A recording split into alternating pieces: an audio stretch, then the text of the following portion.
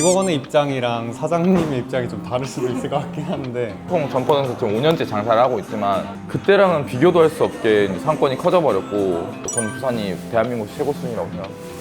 근데 그거는 저도 동의를 하는 게, 저는 일단 점포동에서 시더네임이라는 카페를 운영하고 있고 또 KJC 로스팅이라고 이제 커피 관련해서 유통하고 마케팅, 뭐 컨설팅 이런 회사를 또 함께 운영하고 있는 서원규라고 합니다.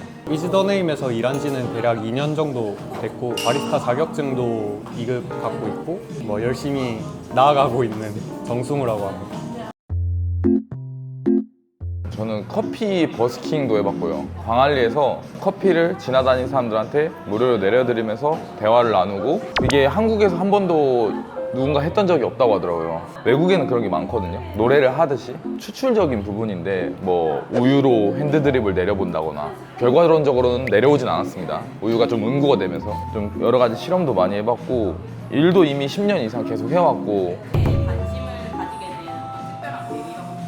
지금도 젊지만 더 젊었을 때 음악을 하고 싶었어요. 실제로 제 친구들은 지금도 서울에서 음악을 하고 있고, 음악을 하려고 하니 이제 집에서는 생활비는 네가 벌어서 해라 라고 했을 때 커피숍에서 알바를 시작을 했는데, 사람 욕심이라는 게 이왕 하는 거면 좀 잘하고 싶다 라는 목적을 가지고 혼자 독학도 하고 뭐 여기저기 커피를 마시러 다니고 이러면서 이제 점점 이제 주객이 전도된 거죠. 그러면서 이제 자연스럽게 이제 커피에 빠져들게 된 케이스예요. 저는 개인적으로는 처음에 좀 관심을 가지게 됐던 건 맛보다는 좀 멋있어 보였어요. 혼자 이렇게 핸드드립 내려서 마시고 하는 그런 게 좀 멋있어 보여서 처음에는 관심을 갖기 시작한 건 맞는데, 공부를 하면 할수록 커피 매력이 있으니까 좀 더 맛있는 커피를 내리고 싶고, 좀 더 잘하는 데 가서 배워보고 싶고 마셔보고 싶고 하는 생각이 점점 커지면서 지금까지.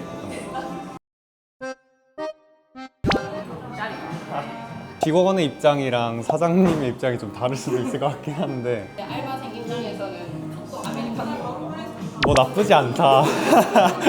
저는 애초에 그걸 좀 타겟을 하기도 했어요. 카페에서 작업하고 공부하고 저도 그런 거를 좋아했었기 때문에 좀 편하게 있을 수 있는 곳이 있었으면 좋겠다라고 생각을 해서 지하에는 이제 쉐어 테이블에 뭐 콘센트라든지 뭐 와이파이라든지 편하게 작업할 수 있는 공간을 따로 만들어 놨고, 그 사람들을 좀 이렇게 한 곳에 모아드리면 본인들도 눈치 안 보고 저희 입장에서도 지하는 제 눈에 안 보이니까. 그리고 결국 인테리어의 이제 완성은 사람이 하는 건데, 너무 또 사람이 없어서 그런 것보다도 좀 한두 분이 오랫동안 자리를 지켜주면서 매장에 좀 인기척을 표현해 주시는 것도 전 좋은 마케팅이라고 생각해서 뭐 그렇게 부정적이거나 뭐 그런 생각은 없습니다. 근데 그것 때문에 스트레스 받는 분들이 굉장히 많다고 알고 있어요. 언제 짤 보여드릴게요. 메뉴를 고민하다가 본인 마음에 드는 게 없어서 나가는 손님들도 가끔 계시잖아요. 이런 분들을 보면 어떤 생각이 드세요? 제가 지금 기억이 나는 건, 저희 매장에 아이스티가 없어서 아이스티를 찾는 분이 나가신 적은 있는데. 지금은 있어. 아, 지금 있어요? 그러면 뭐 문제될 게 없을 것 같습니다. 혹시 아이스티가 없었다가 생겼던 이유가 그것 때문에 우유가 안 들어가고 크림이 안 들어가고 카페인이 없는 음료가 뭔가 부족하구나 라는 생각이 들어서 이번에 신메뉴나 주스나 이런 것들을 좀 더 만들었고, 저런 상황을 저도 많이 겪었거든요. 근데 굉장히 좀 죄송해요. 뭔가 더 개선해야 될 점이 있구나 라고 생각이 들면서 가슴이 답답하죠, 저러면. 혹시 이런 어떻게 보면 약간 정상 손님을 만난 적이 있으신지? 대부분 한 번씩은 그래도 들어본 것 같아요. 근데 이런 요구는 대부분 잘 몰라서 하시는 분들이 많은 것 같고, 아이스 아메리카노 따뜻한 거 주세요는 거의 뭐 이틀에 한 번꼴로. 정말 옛날에 이런 경우가 진짜 많았거든요. 에스프레소 달라고 했는데 왜 이렇게 양이 작냐, 진짜 그런 손님도 너무 많았고, 요즘엔 진짜 잘 없죠. 근데 저는 그 앞에 매장도 한 3년간 점포동에서 운영을 했고, 총 점포동에서 지금 5년째 장사를 하고 있지만 그때랑은 비교도 할 수 없게 이제 상권이 커져버렸고, 이제는 거의 시내가 됐죠. 너무 사람들도 많아지고.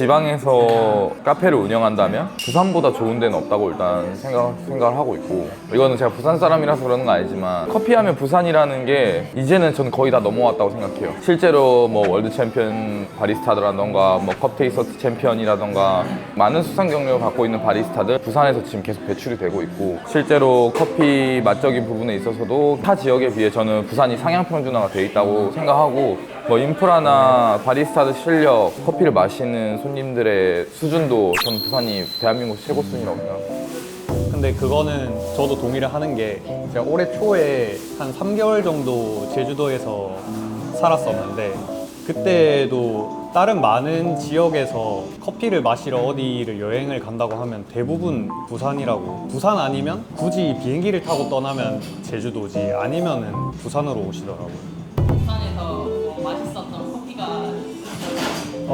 우선 저는 전포동에선 위즈더네임이 좋았으니까 지원을 했고, 번외로 말씀을 드리자면은 지금 생각나는 곳이 두 군데가 있는데, 하나는 그 챔피언십 바리스타 분 나오셨던 모모스 커피 온천장이랑 영도점 이렇게 있는데 거기가 굉장히 좋았었고, 그리고 또 전포동에 베르크라는 곳이 있는데 거기도 네, 전국적으로 유명하다고 생각합니다.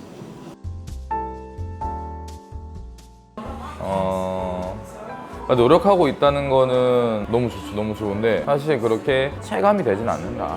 커피가 한 문화로 잡히긴 했지만 커피만으로는 저는 어떤 성장의 한계성이 항상 있다고 생각하거든요. 예를 들어 전포동도 똑같이 카페만 있었으면 매력적이지 못했을 수 있다. 근데 맛있는 밥집도 있고 뭐 술집도 있고 사진을 찍을 수 있는 곳도 있고 소품샵, 공방, 그 안에서 우리가 하루를 보낼 수 있는 콘텐츠가 있어야 되는데, 그래서 저는 카페 거리 조성보다는 상권의 형성을 좀 더 목적을 해야 된다. 전포동도 커피 축제, 저는 저희 상인회에서도 얘기하지만 커피 축제라는 이름을 빼달라. 카페를 위한 축제는 의미가 없다. 컨텐츠를 좀 더 제공해주는 방향이, 저도 커피에 대한 관심도 동시에 쏟게 할 수 있는 방향이 아닌가 생각을 합니다. 카페를 운영한다면 부산보다 좋은 데는 없다고, 사실 그렇게 체감이 되진 않는다. 컨텐츠를 좀 더 제공해주는 방향이, 물론 예전 같은 경우에는 그 실력 차이가 많이 났지만 이제는 다 너무 잘하고 파워슈머들도 너무 많고 이러기 때문에 커피를 제외한 어떤 자기만의 무기를 꼭 만들고 창업을 해라. 그게 분명히 도움이 될 거다.